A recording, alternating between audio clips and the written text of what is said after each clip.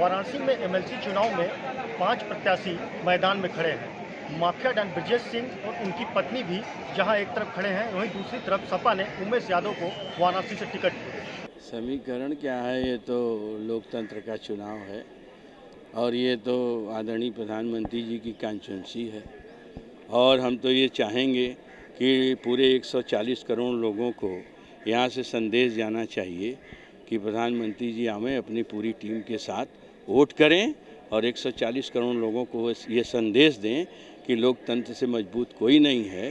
और मैं वोट करने आ रहा हूँ यहाँ से सुदामा, जिसको भी प्रत्याशी घोषित किया है उसको जिता करके संदेश दें 140 करोड़ लोगों को अपना वोट दें। हम देखिए, प्रत्याशी तो लोकतंत्र में सबको लड़ने का अधिकार है।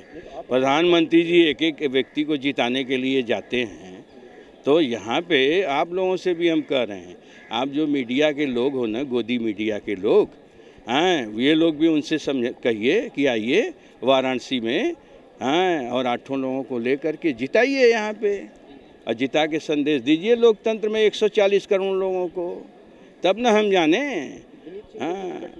अब ये हम नहीं जानते किसी सिंह को, हम लोकतंत्र को जानते हैं। आप लोग जानिए, गोदी मीडिया जाने, आप लोग जानिए, हम तो लोकतंत्र में विश्वास रखने वाले लोग हैं। भाई एक एक कॉन्स्टिट्यूंसी के लोगों को जिताने के लिए आते हैं, 3-3 दिन रहते हैं। यहाँ के वो आदरणीय सांसद हैं, हम उनका सम्मान करते हैं और अपनी 8 टीम को लेकर के, अपने सभी विधायकों को लेकर के हम तो यही कहते, तो आप लोगों ने पूरा वायरल किया ये भाई मोदी जी लड़ने खुद है, तो अब तो यही ना कहे थे हम कि और कुछ कहे थे, तो राजनीतिक व्यक्ति क्या कहेगा। हम तो यही बराबर कहेंगे। हम देखिए, राजनीति में 2 तरीके के लोग होते हैं, एक राजनीतिक व्यापारी और एक राजनीतिक सेवक। सुरेंद्र पटेल जब तक राजनीति में रहेगा, राजनीति का सेवक बन करके रहेगा और 140 करोड़ लोगों से अपील कर रहे हैं कि राजनीति में सेवक चुनिए, राजनीति का व्यापारी मत चुनिए।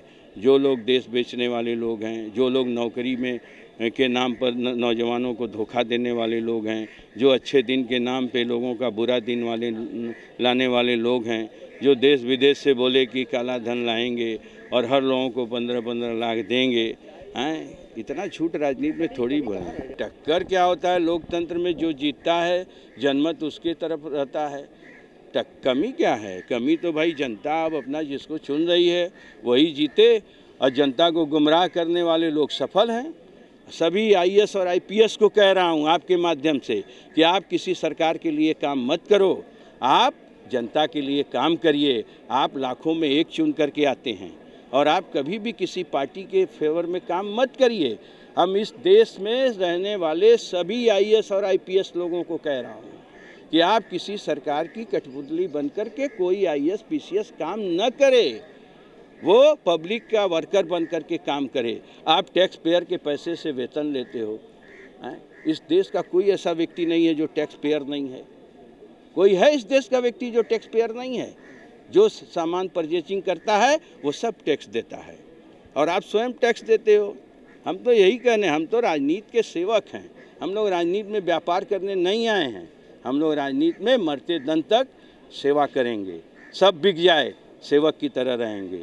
राजनीति में झूठ बोलने वालों के साथ नहीं रहेंगे और चाहे कुछ भी हो जाए, झूठ बोलने वालों के साथ न सुरेंद्र पटेल रहा है न रहेगा। शुरू से ही हम लोगों के मुद्दे विकास के मुद्दे रहे हैं और आगे भी विकास के मुद्दे रहेंगे। हम लोकतांत्रिक तरीके से चुनाव लड़ रहे हैं, हमारा टक्कर किसी से नहीं है। हमारे साथ आम जनमानस और जितने भी पदाधिकारी हैं, जो है सभी जनप्रतिनिधि, सभी लोगों का सम्मान हमें मिल रहा है। हमारा टक्कर किसी से नहीं है। हम समाजवादी पार्टी के सिपाही हैं और सभी लोगों का सहयोग, आशीर्वाद, प्यार मिल रहा है। हमने अभी 1 सेट में नामांकन किया, 1 सेट में थोड़ी देर में करेंगे। 2 सेट में हमारा नामांकन है आज।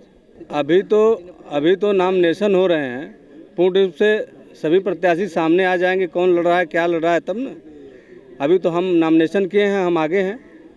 अब जो लोग आएंगे सामने तब न देखा जाएगा। अभी तो कोई नहीं है। 2 नहीं, कई माफिया पूरे प्रदेश में खड़े हैं और ये लगातार जो ये बोलते हैं वो एकदम नहीं करते। ये इतने झूठे और मक्कार लोग हैं कि लगातार लोकतंत्र की हत्या करने का प्रयास कर रहे हैं। जितने अपराधी हैं, जितने गुंडे हैं, जितने माफिया हैं, सब इनके पार्टी में हैं और जब तक इनकी पार्टी में तब तक करपात्री जी के बेटे के समान हैं। और जो इनकी पार्टी में नहीं, बाकी सारे लोग इनके लिए गुंडे हैं। तो ये पूरी तरह से भारतीय जनता पार्टी गुंडई पे उतारू है और जितने गुंडे माफिया हैं उन्हीं का समर्थन कर रही है। तो कैसे इसको चुनाव को जीत पाएंगे? देखिए, लगातार, क्योंकि जो वर्तमान में हमारे एमएलसी हैं, कभी सदन में आज तक सदन का मुंह उन्होंने नहीं देखा। जो हमारे जनप्रतिनिधि हैं वो सब सम्मानित जनप्रतिनिधि, चाहे वो बीडीसी हो, प्रधान हो, जिला पंचायत के सदस्य हो, सारे लोग इस बात से सहमत है कि उनके दुख का और उनके दर्द को विधान परिषद में उठाने का काम नहीं कर रहे। आज सारे लोग उनसे दुखी हैं, नाराज हैं, हताश हैं। इसलिए सारे लोग हमारे प्रत्याशी उमेश यादव जी की तरफ आशा भरी निगाहों से देख रहे हैं कि उमेश यादव जब चुनाव जीत के जाएंगे विधान परिषद में तो मजबूती से प्रधानों की बात रखेंगे, बीडीसी की बात रखेंगे, जिला पंचायत के सदस्यों की बात रखेंगे। इसलिए आज उमेश यादव की तरफ सारा का सारा समाज, चाहे वो किसी भी वर्ग का हो, हर जनप्रतिनिधि उनके साथ खड़ा है। देखिए, ये विधान परिषद का चुनाव है। पूरी तरह से भारतीय जनता पार्टी ने जो ढोंग नाटक रचने का काम करते हैं, माफियाओं के सामने घुटना टेकने का काम कर दिया। अभी बनारस, मिर्ज़ापुर, जौनपुर, जहाँ अभी सीटें डिक्लेयर नहीं कि अभी सुनने में आया है कि किसी का नाम आया है, किसी का औपचारिकता रूप से। तो इस तरह से ये पूरी तरह से अब स्पष्ट हो गया है कि ये माफियाओं के कंधे पे ये बैतरणी को पार करना चाहते हैं। लेकिन समाजवादी पार्टी के साथ प्रधान, क्षेत्र पंचायत सदस्य, सारे जनप्रतिनिधि आज इसका करारा जवाब देने के लिए तैयार है। हम लोगों को उम्मीद है इनका बड़ा समर्थन, प्रबल समर्थन मिलेगा।